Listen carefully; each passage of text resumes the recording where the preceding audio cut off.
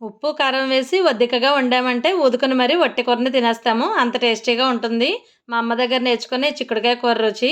తీగజాతి కూరగాయలు తరచుగా తింటే ఆ పాదులకు ఉండే తీగలు పైపైకి అల్లుకున్నట్టు మన ఒంటికి ఇబ్బందులు రాకుండా ఆరోగ్యం కూడా అంతలా అల్లుకుపోతుందట.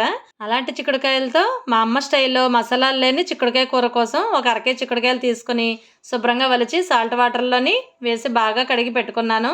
తర్వాత ఒక ఉల్లిపాయ, 2, 3 టమోటాలు, ఉడికించుకున్న బంగాళదుంపలు 2 రెడీ చేసుకున్నాను. స్టవ్ పైన కుక్కర్ పెట్టి 2 స్పూన్లు ఆయిల్ వేసి మినపప్పు, ఆవాలు, జీలకర్ర, పోపు వేసి వేగాక ఉల్లిపాయ ముక్కలు వేసి వేగిన తర్వాత చిక్కుడుకాయ, టమాటా వేసి తర్వాత కూరకి సరిపడా ఉప్పు, పసుపు, కారం, ధనియాలు, జీలకర్ర పొడి వేసి బాగా కలిపి కొద్దిగా నీళ్లు చిలకరించుకొని ఒక్క విజిల్‌తో ఉడికించుకుంటే సరిపోతుంది.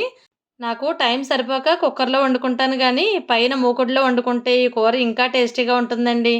తర్వాత కుక్కర్ మూత తీసి మళ్ళీ ఒకసారి కూరని స్టవ్ పైన పెట్టి ఉడికించుకున్న బంగాళదుంపని చిదిమేసి వేసి, గుప్పెడు కొత్తిమీర తరుగు వేసి కూరంతా దగ్గరగా అయ్యేలాగా బాగా కలుపుకుంటూ మగ్గించుకుంటే సరిపోతుంది. మసాలాలు లేకుండా పొట్టకి హాయిగా ఉండి పిల్లలకు కూడా ఎంతో బాగా నచ్చేలాగా మంచి ప్రోటీన్స్ అందేలాగా చిక్కుడుకాయ, బంగాళదుంప కూర రెడీ అయిపోయింది. రెసిపీ నచ్చితే లైక్ చేసి మీరైతే ఎలా చేస్తారో కామెంట్ పెట్టండి.